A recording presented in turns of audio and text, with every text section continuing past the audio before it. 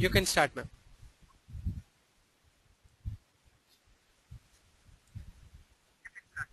All right.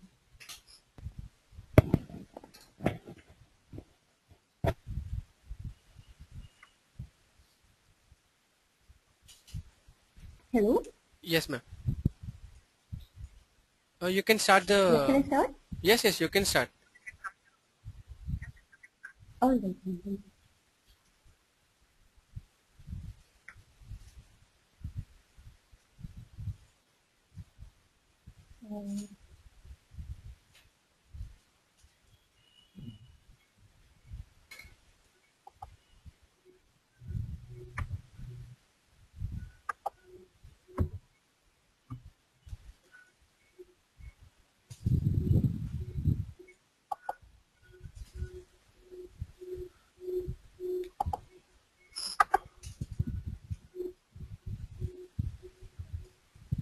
Okay, are you operating the slides? No, ma'am. No, is it? Because here it's changing, that's why. Okay, I'm not Probably I'll have to operating. uncheck it, is it? Okay.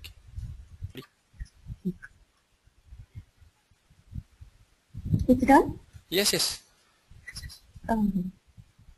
So, a very good evening to all. In today's session, I'll be introducing you all to something called as mainframes. Now, what exactly is a mainframe and where does mainframe fit in today's technologies? Before that, I hope all of you all know that there are basically different kinds of computers that you have. The very first kind of computer that all of us are familiar with is personal computer. Now, a personal computer can basically be used by a single person or multiple persons as such.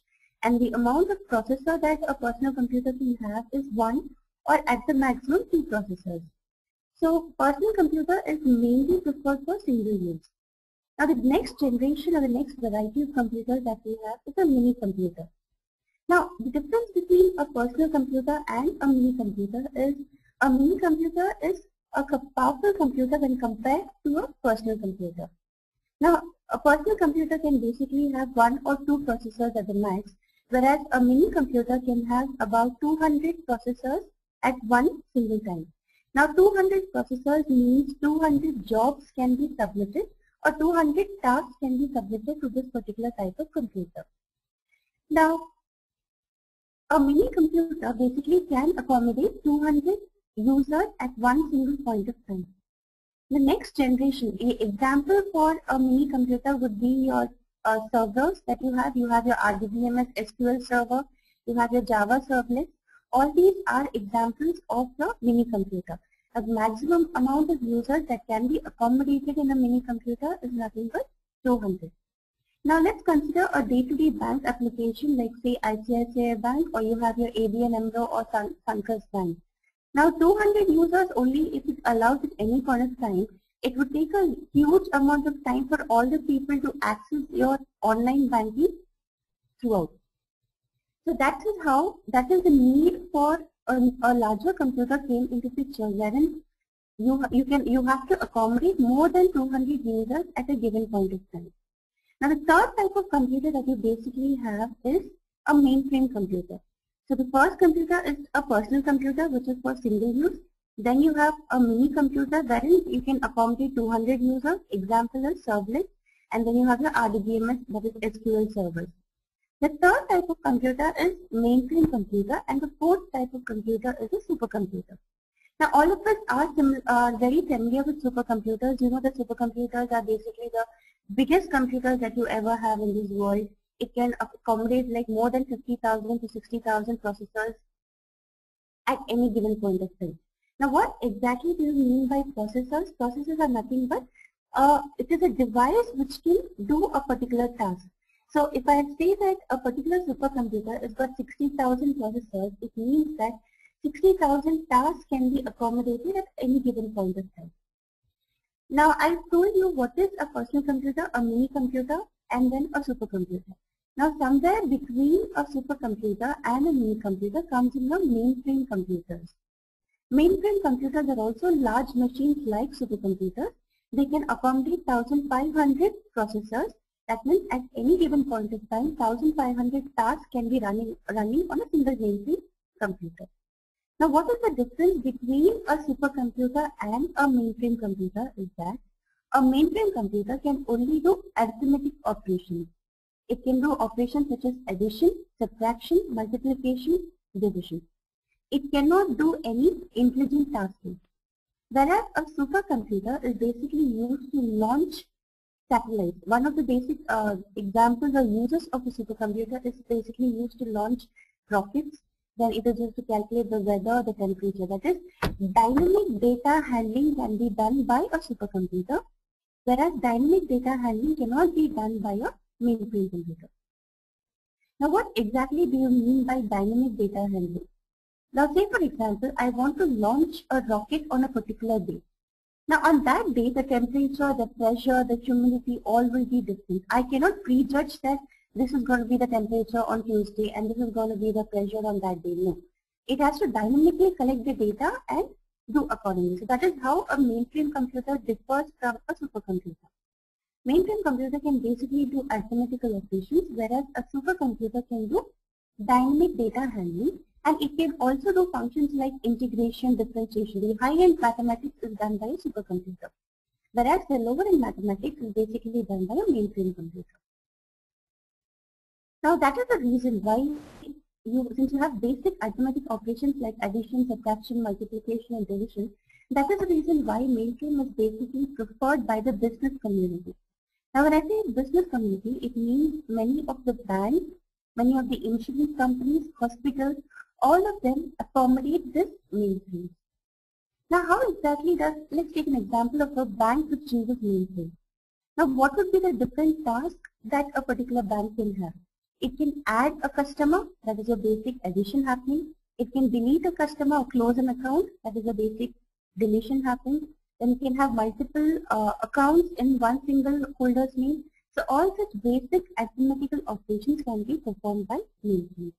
I hope the distinction between your mini computer, your personal computer, supercomputer and mainframe computer is found out. Now, why the mainframe? In 1960, that is when initially IBM started off with mainframe computer. Mainframe computer basically looked like one big block of iron. Okay, it looked like a frame. It is made of ferrous. Iron is nothing but ferrous. So it is made of one big block of iron. It looked like a big room of iron. So that is the reason why the name came to be called as mainframe computer. Now we'll get on with the slides.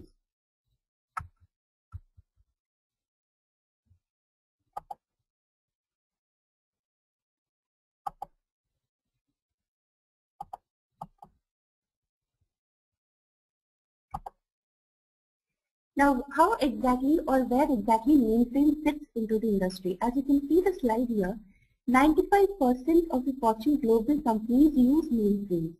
Now, what do you mean by Fortune Global 500? These are the top companies in the world, which is considered as a level, a trademark.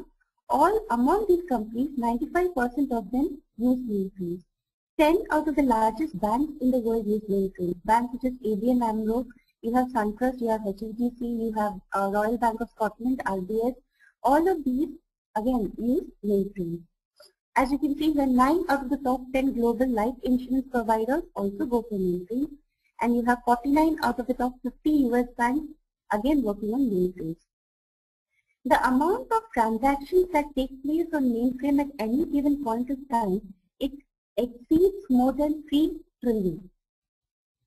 Okay, the more than 3 trillion applications keep running at any given point of time on a mainframe. And what is the value of these applications? It exceeds 1 trillion. So again, you can see here, it can scale up to process 450 million e-business transactions per day. That is, one single mainframe can cater to large and very large amount of data. Now, there must be a question running in your mind is, what is the advantage of learning mainframe when compared to .NET and when compared to Java? Now, mainframe is a technology which has started from 1960 and it is continuing till date. Now, let us take for example a bank, RBS.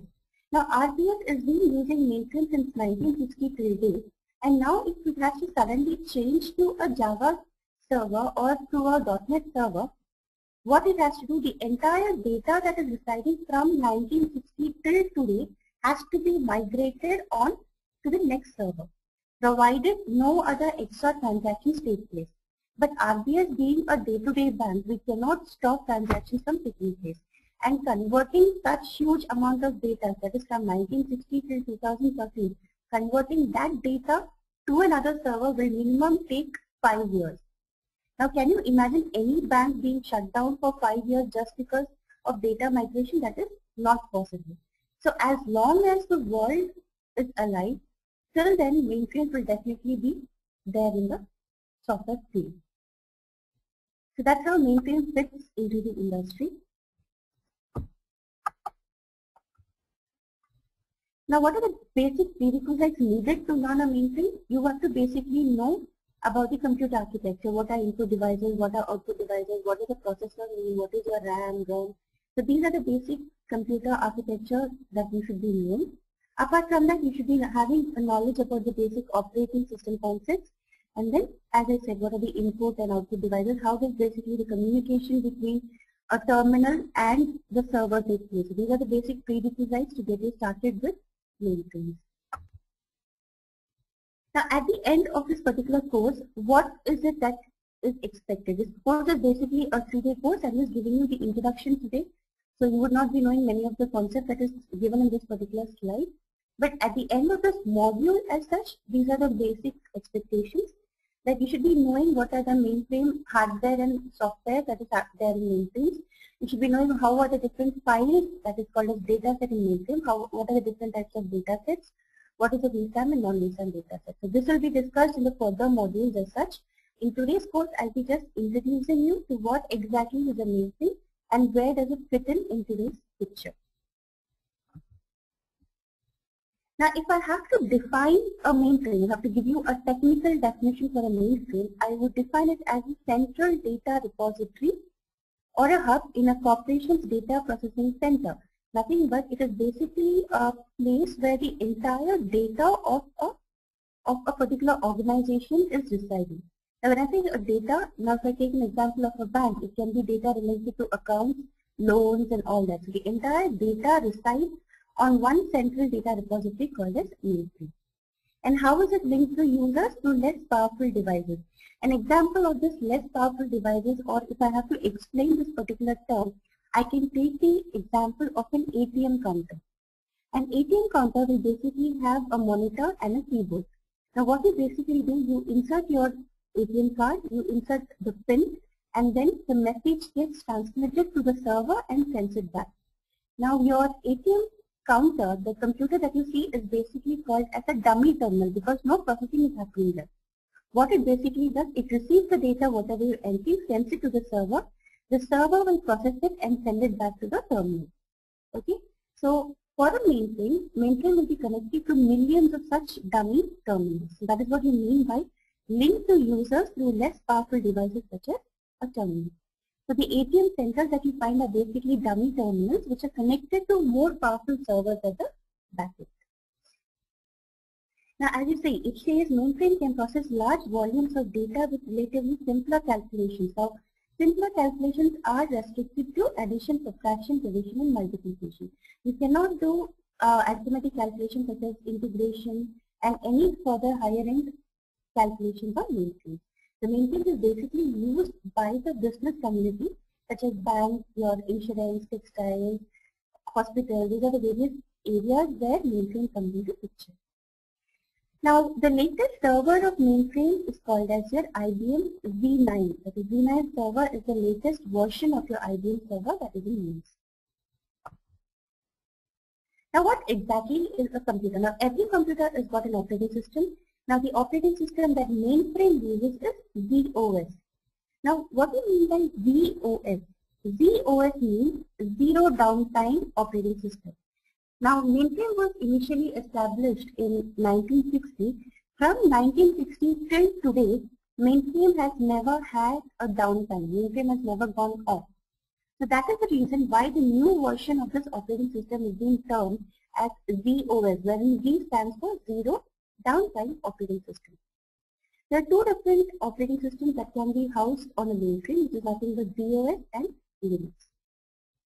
Now, like unlike other languages, unlike other software like your C, C++, wherein you write a program and you immediately compile it and run it.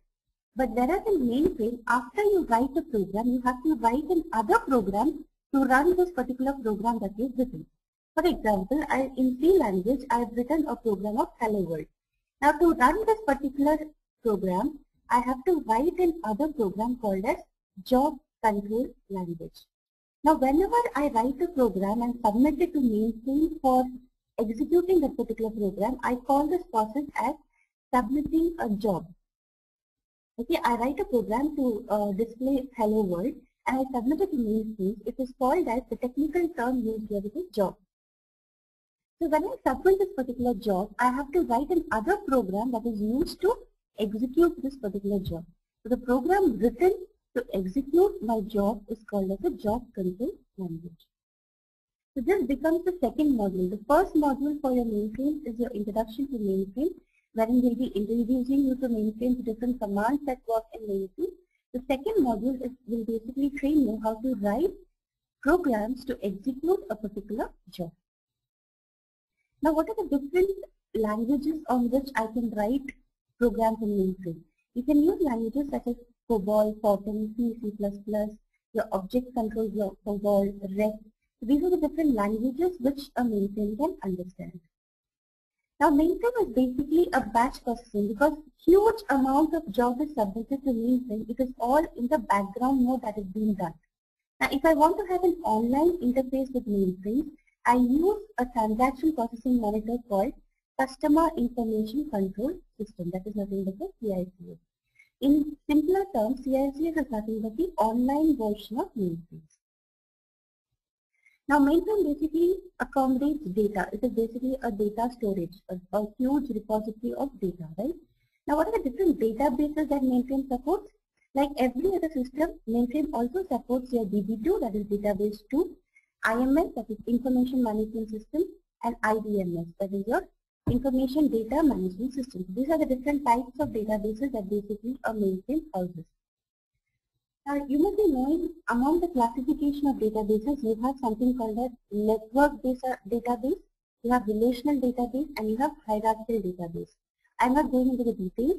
Now, the example of relational database is DB2. The example of your hierarchical database is IMS, and the example for your network database is nothing but your IDMS. Now, many a times, mainframe will have to talk to another software. Now, for this, it needs a translator, or in technical terms, it needs a middleware. Now, the middleware that mainframe uses is MQ series. What is a middleware? It helps two different softwares to communicate with each other. Say, for example, I have a .NET application in the foreground and I have a mainframe application in the background. If I have to communicate between these two softwares, I use a middleware.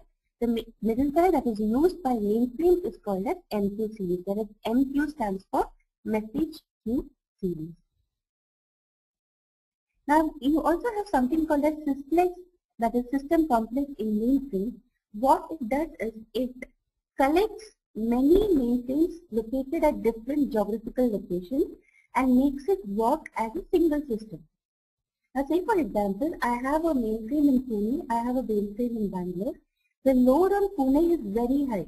So I need another computer also to process the transactions. So what I do is I logically connect my mainframe in Bangalore to the one in Pune, and I make them work as one single system. So this is called a system complex. This is also possible in a mainframe. Now, what exactly does the mainframe contain? This is the main hardware picture of a mainframe that you have. You have terminals, like as I said, your ATM centers, like many terminals here. All these terminals are connected to a 2 GB processor. Now, the processor in turn can send the data to either a terminal, or it can send the data to a printer, or it can send the data to a storage device. Now, internally, mainframe is got disk drive. Now, you can see each disk drive, it can handle 40 GB of data. So, there are 4 disk drives here, each 40 GB. So, 160 GB of data can be handled by this particular mainframe computer. Now just like a computer basically has a monitor, keyboard, now these are the different parts of a mainframe computer. So you must be thinking, what are the different kind of people involved in mainframe? As you can see, this is a mainframe computer. You have an application developer who does the programming for you. Then you have a system programmer who will install your mainframe onto the computer. A person who installs the hardware and software is called as a system programmer. Then you have a system administrator who keeps adding and deleting users. A basic administrator, what does he do? He adds users, he deletes users and transactions. That is basically taken care of by your system administrator. The next person that you have is a system operator who is basically responsible for starting the system. You need a person to start the computer, right? The person here who starts and stops your basic mainframe is a system operator. You have a production control analyst. Now, production control analyst is a person who basically takes care of the job that has been assigned to mainframe. Now, jobs in mainframe take a huge time to get executed. So, if I submit a job today evening for say about 35,000 records, I'll be getting it by 2001. So, production control analyst is a person who ensures that these 35,000 jobs which have been submitted is being executed correctly. So, he is the person who takes care of your bad jobs. Then you have an end user who basically uses this particular application that you have developed. So these are the various roles that you have in a mainframe. Now we see the mainframe hardware evolution. Mainframes, as I said, started off from 1960, and the latest series that we have is Z series. The first mainframe hardware that we have is a System 360, followed by 370, so on. The latest series is Z series. I'm not stressing much on the hardware part because we are software engineers. You'll be more concerned and interested about the software part. So let's quickly get on the software evolution. The first software that basically evolved in mainframe is your DOS, disk operating system, like that you have in your Windows. Now DOS was the basic operating system or the basic software which was first evolved in mainframe. DOS catered to a very little community, that is very few people. It just catered to very few people. To increase the size, we had the next version of software called as OS 360. Now, the basic disadvantage between this OS 360 and DOS was that it was not compatible with each other. So that is a major disadvantage. Now, I start an application in 1960. In 1970, a new software comes that is OS 360. If this DOS is not compatible with OS 360, then I'll again have to transfer the data to DOS to OS 360 and do it. So because of this compatibility issue, the next version of software came into picture is nothing but Program Control Program. Now Program Control Program was again compatible with OS 360 as well as DOS, so that was the advantage. The disadvantage with Program Control Program was that only one task could be in the main memory at any point of time, which is nothing but quite disadvantage. If multiple tasks are there, it would only accept one task to be in the main memory. So that is the reason why the next version of software, which is nothing but multi-programming with fixed number of tasks, came into picture. Now multi-programming, the word itself suggests multiple programs could reside in the main memory at any given time. But what is this fixed number of tasks? The size of each task in the main memory was fixed. Now see, for example, if I have to compare this to a real life scenario, I'll be comparing it to a classroom wherein each person is allotted a space. Now Mr. X is given in the first row, Mr. Y should sit in the second row, and Mr. Z should sit in the third row. That is, I am allocating. So if Mr. Y comes first, the place is allocated. So fixed task. The place is allocated, he has to go and sit in the second row. That is, every task, the size of every task in the main memory was fixed. This was one disadvantage of your multi-programming with fixed tasks. That is how your multi-programming with variable tasks came into picture. Now this variable task is nothing but dynamically allocating memory. Now if Mr. Y comes first, he could sit in the first row. Mr. Z comes first, he could sit in the second row. It goes on. So I need not fix the size of task. It was all dynamic. As and when the task comes, memory space will get allocated. The next version of your mainframe is nothing but your virtual storage 1 and virtual storage 2. That is your SVS1 and SVS. SVS is single virtual storage, which is also called as virtual storage 2. Now, what is the difference between your MFT, that is fixed number of tasks and variable tasks, and this virtual storage is that virtual storage. Now, the word virtual storage indicates that I am taking a part of my secondary memory and making it act like my primary memory. I would say, like say for example, if I have a 2 GB secondary memory, I would say I would take the first 1000 bytes of my secondary memory and make it act like my primary memory. Now, why am I doing it? All this while, I've been saying that mainframe is being used by huge amount of people. That is, at any point of time, 15,000 people can access mainframe at a single time, right? Now, generally, we know that the primary memory is smaller than the secondary memory. So, since mainframe is housing 15,000 applications at any point of time, the primary memory is small. So, I need to enlarge my or expand my primary memory. So, that is what I do is I take a part of my secondary memory and make it act like my primary memory. So, is it actually there? No, it is just the virtual environment that I am creating. That is why the term called as virtual storage came into picture. So, this VS1, that is virtual storage 1, is similar to MFT, that is the size of tasks are fixed, but then it uses the concept of virtual storage. Similarly, SVS or single virtual storage is similar to that of your multi-programming variable task, but then it uses the concept of virtual storage. These are the advanced versions of software that you have, that as your multiple virtual storage, that is multiple locations of secondary memory and making it act as my primary memory. Then you have your multiple virtual storage for extended architecture, for enterprise systems, and the latest version that you have is your zero downtime operating system, or your zero downtime software evolution. This is the latest version of mainframe that we are using.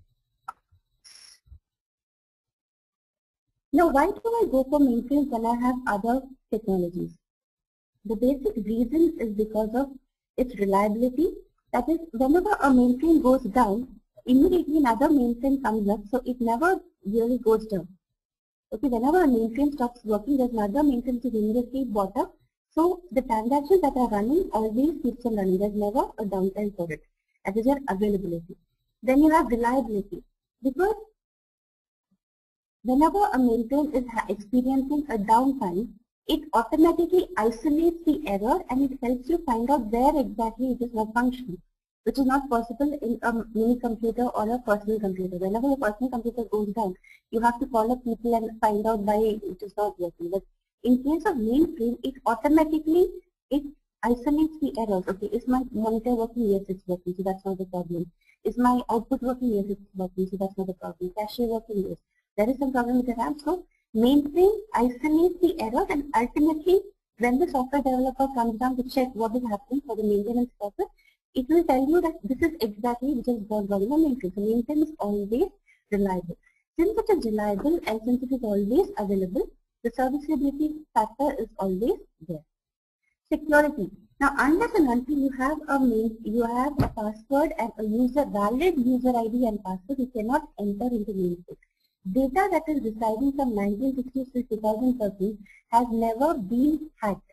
Mainframe has never been hacked. The reason is because of this security feature that is there in your mainframe. Scalability. As I said earlier, when one system goes down, the other system comes up. When the load is high, the other system comes up. It keeps on scaling up. That is the meaning of scalability. Compatibility. One software version is always compatible with the other version. Unlike the case of Windows, where Windows NT is not compatible with Windows 98, they are not compatible. But in mainframe, what is started in 1960, whatever version is running, that is still compatible with the latest version. These are the basic advantages of using your mainframes.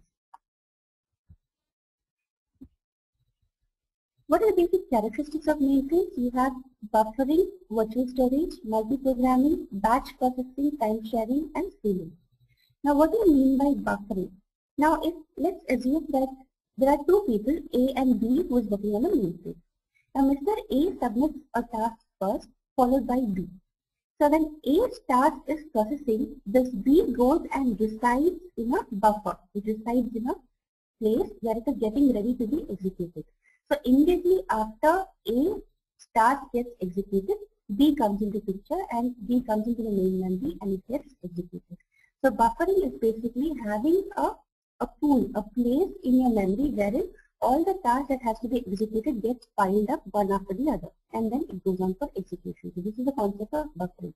So when multiple jobs are submitted based on the priority, based on many other factors, whatever job has got the highest priority will get executed first.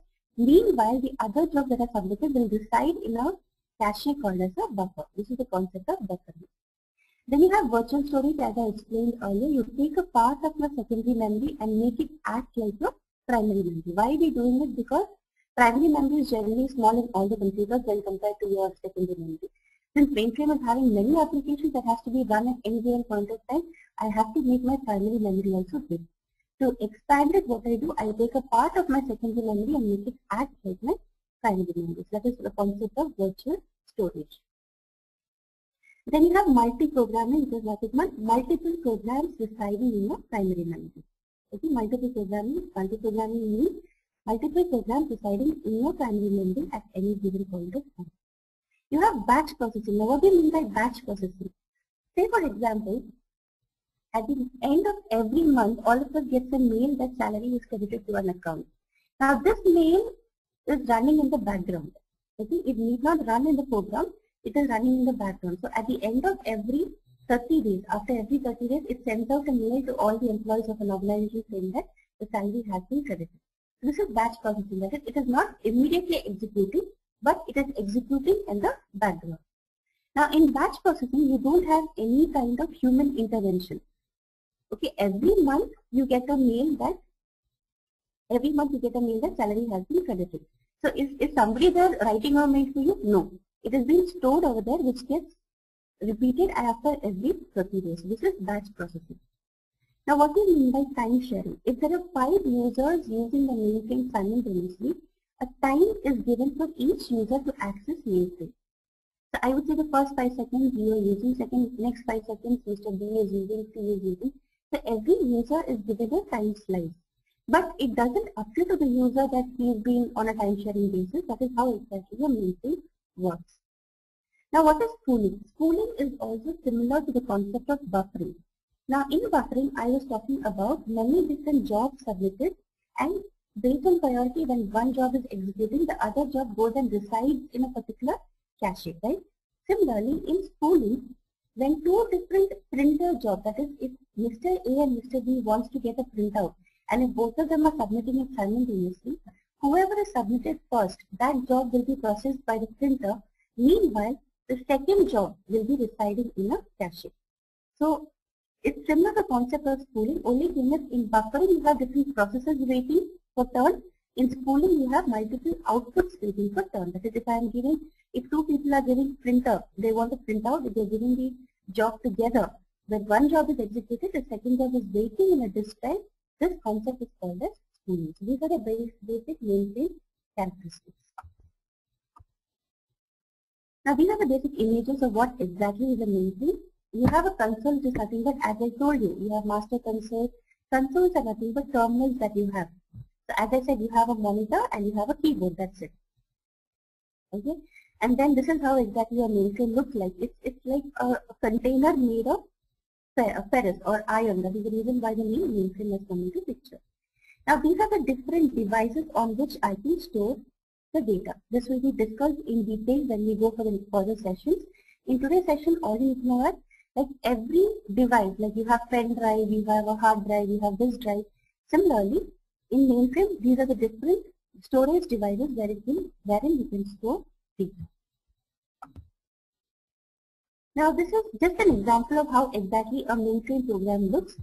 So just to show you how exactly a mainframe looks, that is the reason why I have put in this particular slide. Okay, this is an example of a COBOL program that you have, and this is how it's being written on a mainframe. So this program, for executing this particular program, we have, I told you have to write another program called as Job Control Language. Using JCL, we'll be writing a program. Now, just for the sake of introduction to JCL, I'll just tell you how exactly a JCL looks. You can see in the previous slide, this is a COBOL program that you have. Now, the mainframe has to distinguish between a COBOL program and a JCL program. In order to distinguish it, it has two forward slashes called as identifier. So this is how the mainframe identifies whether it is a COBOL program or it is a JCL program. Okay? And then every job should have a name, so that is the reason why the name of the job is given, followed by different parameters. And whenever you give a space, after you can see here there is no space here. Whenever there is a space given, it considers it as a comment. You can write a comment for this particular job. So this might go out of your mind right now, it might go high, because I've not gone in detail, just explaining how exactly a mainframe program looks. This is the application program, and to execute the application program, what has to be written? A job control language program has to be written, that is a JCL program has to be written. The first statement of any JCL statement is called as a job statement, and this is the example of job statement that I'm giving you. Followed by how to distinguish between job and a program. Job will always have two forward slashes followed by the name of a job. Then you have certain parameters to execute the job, and whenever you give a space after these parameters, it considers it to be a comment. Now this is exactly how your job control program looks. It's quite simple. Mainframe language is very simple. You need not. The only basic prerequisite I would say for mainframe is to know English. If you know English, you can code in mainframe. You can see here this is a job statement that we saw in the previous slide. You see here it says step 1, execute a program, some program name is given here. Okay. Step 2, execute a program, some program name is given here. There is some condition, only if something else is working, only then execute it. So you can see here, as we'll be learning this in the further modules as such, but in today's module, just for introduction, I'm just introducing you to a COBOL program. Okay, how is this program executed? By using a program called as Job Control Language. I hope the concepts of mainframes are clear. Okay, just summarize it. We saw how exactly mainframe fits into the picture. You have 4 different types of computers, wherein you have a personal computer, you have a mini computer, you have a mainframe computer, and a supercomputer. Now, how would you distinguish a supercomputer and mainframe computer? A supercomputer can basically do high-end arithmetical operations such as integration and division, and it can take dynamic data, whereas mainframe, it can only do basic arithmetic operations such as multiplication, division, addition, subtraction, nothing more than it. So that is the reason why it is being used majorly by banks and insurance companies and all. Okay. So unlike like every other system, even mainframe basically needs a computer and a terminal. That is, it needs a terminal which basically has a monitor and a keyboard. So using this keyboard, you will be entering the data, and this data will be transferred to the server, which would in turn come back to, it would be processed at the server and it would come back to your terminal as such. Okay, and as I said, the scope for mainframe is really high. So as long as the world is alive, we can also be working on mainframe, because it is impossible to transfer such huge amount of data to any other server. Okay, and if you have to do so, you have to shut down that particular bank or application for 5 to 6 years. It is not possible. Any bank will not do it. So I guarantee you that as long as the world is living, till then, if you know mainframe, good. And it's not like other versions of, like Java and all, which you have to keep updating constantly. A new version of Java comes into picture, you have to immediately update yourself. That is not required with mainframe. You learn mainframe once, you sleep for 100 years, get up, it will still remain the same. The same concepts will keep repeating. So this is the basic slides wherein we discussed about the introduction to mainframe, what exactly is mainframe, where does it fit, what are the different parts that you find in mainframe, the different roles that you have in mainframe. I hope it is informative.